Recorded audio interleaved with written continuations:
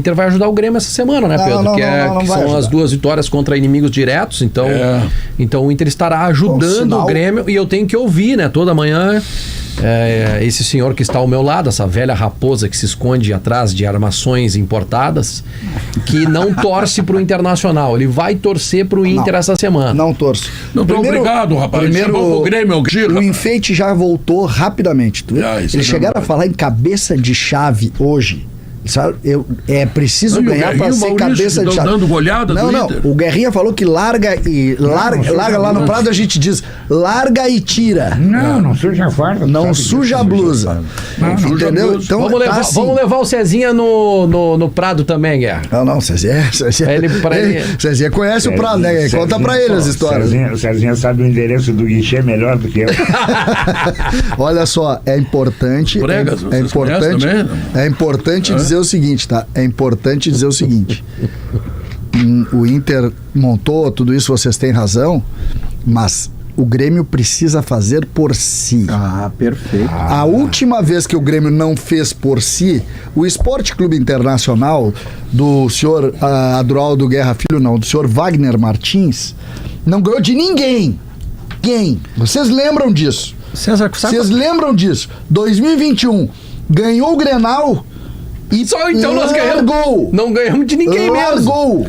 César, sabe qual é a chance de rebaixamento do Grêmio? Matemática.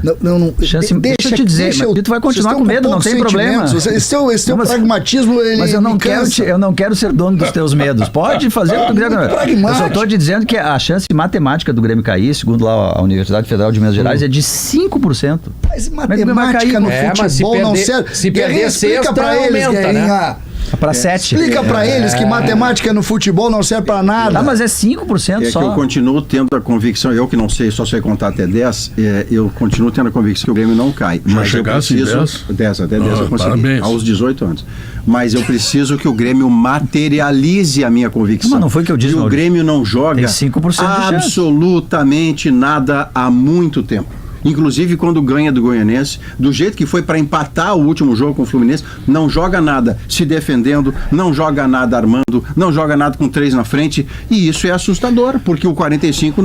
Então eu fico aqui convicto a cada rodada, a cada sala de redação, 39, aí eu olho pra tabela, Maurício, não tá com 40, não tá. Mas Maurício, faltam 6 jogos, 39, tá bom, vai chegar, Maurício, não te assusta. Bom não tá, né? Não, é que tem um... Mas tá, e quando tava lá no rebaixamento... tem um elemento que, apesar do estudo aprofundado da Universidade Federal de Minas, lá dos matemáticos, não leva em conta, que é o elemento do campo, do que está rendendo, e outro elemento que é fora de campo, que é quando um clube grande entra numa espiral ruim, como disse o Vaguinha, se perde pro Palmeiras, encurta a diferença, tem a pressão, será tem um que ambiente tem alguma chance de crime do Juventude aqui na semana, na outra semana, Léo?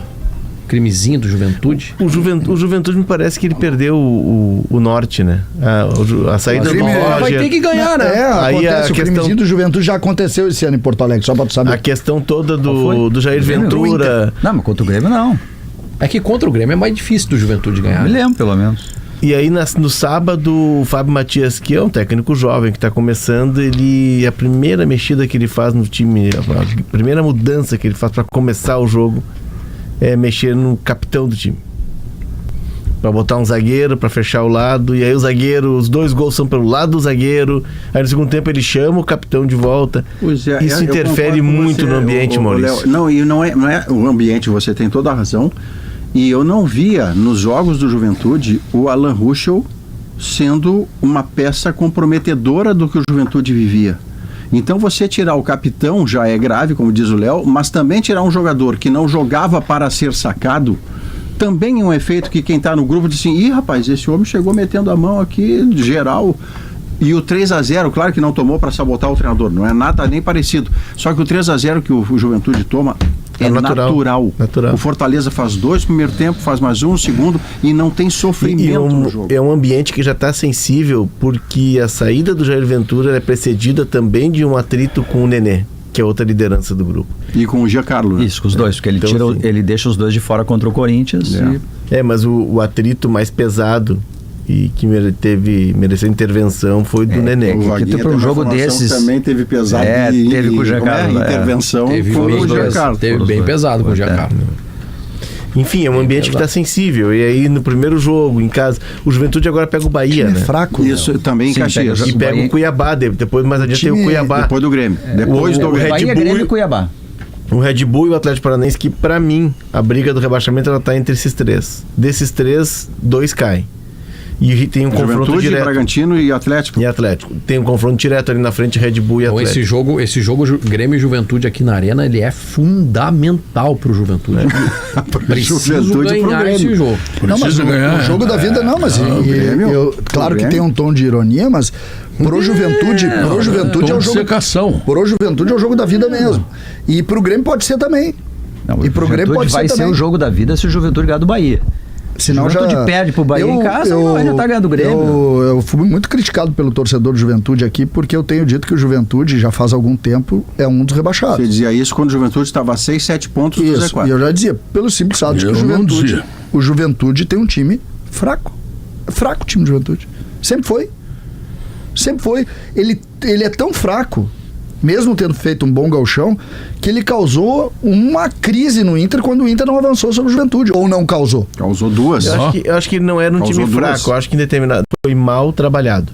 Não, ele pode ter sido mal Porque trabalhado, mas ele... quando era o Lucas Barbosa decolava, a dupla de zaga, ele trocava, inclusive, jogava o Rodrigo Santos, às vezes jogava o Zé Marcos. O João Lucas. O João um cara que nós olhávamos e dizia, rapaz, esse cara joga bola, hein? todo o time tinha crescido. O Juventude perdeu, é verdade, o volante, né? O Kaique. Que faz a diferença. Enfim, me pareceu que o trabalho do Jair Ventura assim como fez eu um acho, time médio ficar pior. A minha bom técnico faz o médio ficar bom.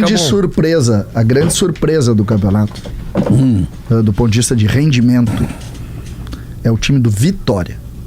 Esse estava rebaixado. E aí é o trabalho do Thiago Carpini. Né? Esse estava rebaixado. Esse treinador aí é bom. Cara. Eles jogaram, eu não me lembro há quanto tempo, aí pegar a tabela. Eles perderam um jogo nos últimos 6. Foi o jogo pro Inter. Mas eles jogaram uma partida contra o Grêmio. E deram sufoco no Inter aqui no Beira-Rio. Eles jogaram bem. Esse, pra mim, é o time que tá surpreendendo. Ele era o outro rebaixado e eu acho que ele vai trocar com o Bragantino, que é a surpresa negativa. Ele não tá rebaixado, sabe quem é? Fatalmodel.com. Vamos ouvir. Que tem uma mensagem muito interessante. Veja aí. Um marco histórico no futebol Brasileirão 2024. Presente em mais de 600 jogos, levando respeito, segurança e dignidade a cada partida. Fatal. 1h51, eu devo dizer que o aniversário de 30 anos BYD na IESA, você aproveita até 18 de novembro, taxa zero com 30% de entrada e saldo em até 36 vezes. BYD é na IESA. Leite Sênior 50 mais Santa Clara é o lançamento para quem quer curtir a vida ainda mais. Escuta, César, a derrota do Palmeiras pode favorecer o Grêmio? Será que eles vão abandonar tudo? Pois é, Pedro, naturalmente a gente se o Botafogo ganhar hoje, deu.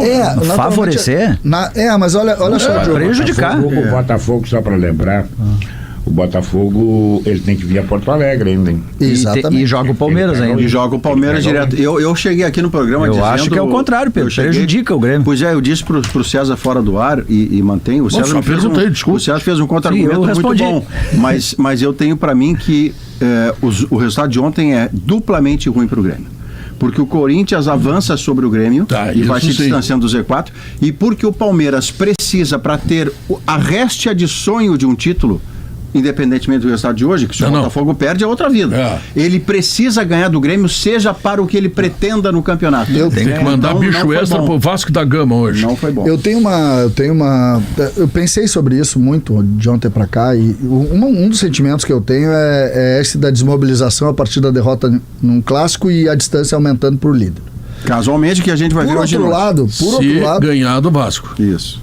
Considerando a vitória, no tapetinho.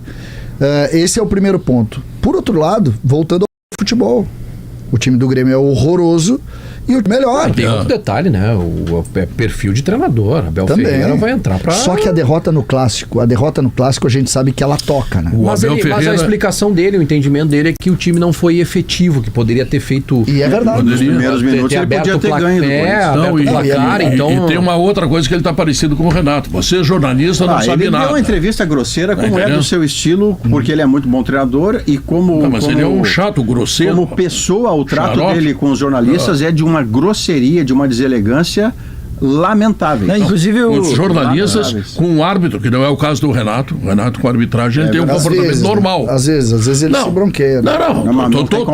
Todo treinador reclama. Mas tem uns como este Abel aí que reclama muito mais por qualquer coisa, realmente desaforado em relação aos caras que são profissionais como ele, que estão ali trabalhando. E agora ele foi para cima do jornalista também. Mas, Pedro, então, tá tendo escola, jornalistas, tá? Eu não adoro. É que ontem vocês ele são chato de galope. Ontem Pedro, o Abel quis explicar a derrota, dizendo que o time dele jogou futebol e que o Corinthians reagiu ao futebol dele. Normalmente Mas ele já ganhou assim. Não é problema. Ele já ganhou assim. Ele, Abel, já ganhou assim. Ele fazia uma crítica pontual ao trabalho da imprensa, não tem problema nenhum. Só que a avaliação dele, a defesa dele tá equivocada ontem, né? E primeiro que tira o mérito todo do Corinthians. Exato. Então... E segundo que é mais uma vez um raciocínio cuja profundidade uma formiga atravessa com água pelas canelas. Isso. Que é a ideia de que só pode entender de futebol quem jogou futebol. Formiga, como é que é? Essa fala era do maior político que nós já tivemos neste país, chamado Leonel de Moura Brizola. Vamos ver. Quando ele queria descaracterizar completamente o argumento do outro, Isso é de uma francamente, e a mãozinha aqui, francamente, este raciocínio, uma formiga atravessa com água pelas canelas, tal a profundidade. Bonito. Mas, Maurício, Então, mas ele é muito mal educado. só para completar, César, desculpa, a ideia de que só entende futebol quem jogou futebol, ela tira do cenário esportivo do país e do mundo Carlos Alberto Parreira e Paulo Autuori, que só entraram de calção numa piscina, nunca jogaram futebol na vida. Então essa ideia é estúpida, a profundidade dela avança por água pelas canelas da formiga. Sabe, Maurício, sabe, quando existe um comportamento e ele pode ser traduzido como individual, uma pessoa fazendo, os 12 clubes, nós temos 12 grandes clubes brasileiros de grandes massas, né? 12 clubes. Quando tu começa a ver que esse comportamento ele está se transformando em algo coletivo, isso, a gente precisa raciocinar além do trato individual de uma ou outra personalidade. É semelhante demais o discurso Renato, Abel Ferreira e em alguns outros treinadores que começam a caminhar para esse discurso. Desses dois primeiros, um já citou o outro. Um já citou o outro. Se eu quiser transformar isso... Sai em defesa do outro. Se eu quiser transformar isso em algo individual, eu fecho neles, resolvo o assunto e está conversado. Mas não, eu acho que a gente começa a entender a comunicação mudou muito nos últimos tempos. Muito. A gente está vendo outro tipo de comunicação. O ódio está muito mais próximo das relações, mais próximo. E assim, até em defesa deles, não. Eu acho que os treinadores viraram muito alvo, né? Alvo. Então, assim, aumentou muito também a pressão para cima deles, né? Exatamente. E aí, claro que como consequência aumenta a autodefesa. Isso. E é que às vezes eu acho que a gente tem às vezes é agressiva. Mas o discursivo do lado de lá e do lado de cá do balcão. Sim, por isso é isso que eu tô dizendo. Do lado de cá, com esse novo modelo, isso tem que eu tô muita dizendo. agressividade, Não, claro que tem. Tem muita ofensa, tem muita falta de filtro. Não, mas é por isso que eu tô colocando, porque eu posso individualizar essa relação. Isso não justifica que o lado de lá seja mal educado. Eu não tô justificando o Renato, César, tu vai lembrar, o Renato ele já chegou a dizer numa entrevista, olha, falem com os outros técnicos, tá todo mundo achando que tá demais, etc. Então, Eu só a minha bronca do Renato é quando ele usa a expressão assim, jornalistas, é que tem alguns comportamentos ali, a gente às vezes fica sem saber quem fez a pergunta, que não são sequer de jornalistas.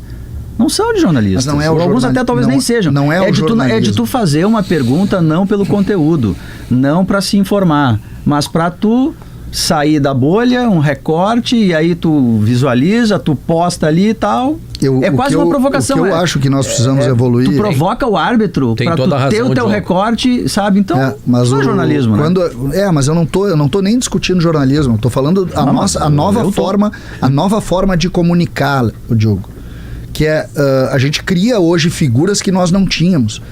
Por exemplo, nós não temos mais informação nenhuma de treinamento. Vocês são repórteres de treino, de acompanhar treino na beira do campo. Vocês tinham um tipo de leitura. Eu conversei com treinadores, o Diogo conversou, isso, o Léo, o Pedro conversou com treinadores. O que isso indica? Vou te dar o que indica. Quando tu vai perguntar numa coletiva, com derrota ou com vitória, tu tem uma gama de informações que hoje o mesmo Maurício Saraiva, que está começando a carreira na redação aqui, não tem. Então ele é mais superficial para perguntar também. Por quê? Porque ele não tem a experiência que tu tinha de estar sentado lá, com o pé na grama, vendo o cara treinar. E as relações dos profissionais com os personagens dos clubes era mais próxima também em função disso. Exatamente, isso aqui está virando, e é essa a minha preocupação, é essa, isso começa a se transformar em perfil de comportamento. E quando tu lê isso, tu precisa parar e dizer... Não, mas é que a gente não quer que o entretenimento, que é o futebol, que é a maior ferramenta de entretenimento popular, vire um espaço de ódio. É que tem perguntas em entrevistas coletivas, que de novo, é difícil identificar quem é, que às vezes não é nem uma pergunta, começa com eu, por exemplo. Aprendi na minha vida inteira que a última coisa que faz um repórter perguntar é colocar o eu. É eu, e aí tem uma opinião. Tem uma opinião. Eu acho que tu poderia ter feito desse jeito. Aí acabou. Aí o cara eu confesso a você aqui, e não é crítica da crítica, é um estranhamento. Eu vou chamar o... faça isso rapidamente. Eu até hoje tenho... tão bom nessa coisa de treino. Várias vezes escalei os times. Verdade, vocês estão achando... Dentro de você, eu lembro do Muricy, né? Mas, cara, tu não vai botar esse cara aí, né? Senão o segundo é RH, né, malandro?